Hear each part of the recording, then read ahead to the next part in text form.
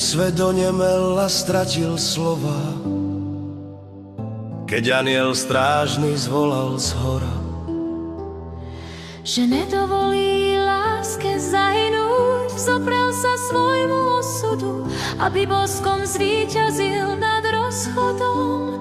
Obaja vzlietli nad oblaky. Mám ťa rád.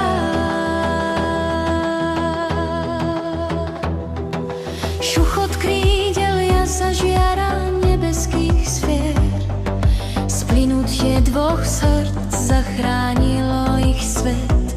Vďaka dôvere a pravej láske aj on zlietol z tieňa človeka.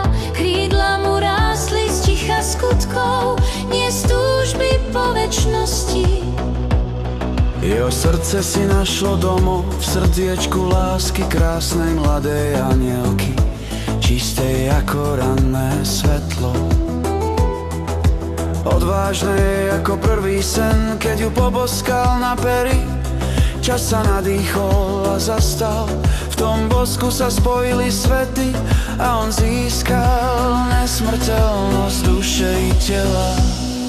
Dve anielské srdcia, jeden dých, jedna pieseň písaná svetlom. Láska, čo nepozná pád, len večný let nad nebom.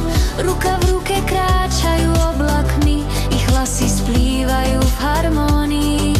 Každý tlkot je sľubom, že nikdy nezostanú sami. Ak raz utichne vesmír, naša láska bude znieť ďalej, ako tichý chór krídel, ako večná pieseň dvoch anielských srdc. Zachránil ju z pádu medzi tiene, keď svetlo už takmer stratilo hlas. Jej slzy sa menili na hviezdy, padla do náručia svojho anjela s čiernymi krídlami a modrými očami. Aj ona mu zachránila dušu, keď niesol v sebe noc a chlad. Jej dotyk zmenil tmu na úsvit a čierne krídla naučil zasa lietať. Voľne lietajú čoraz bližšie k sebe, nič ich nezastaví, ani nezlomí, ani pád na zem zhora.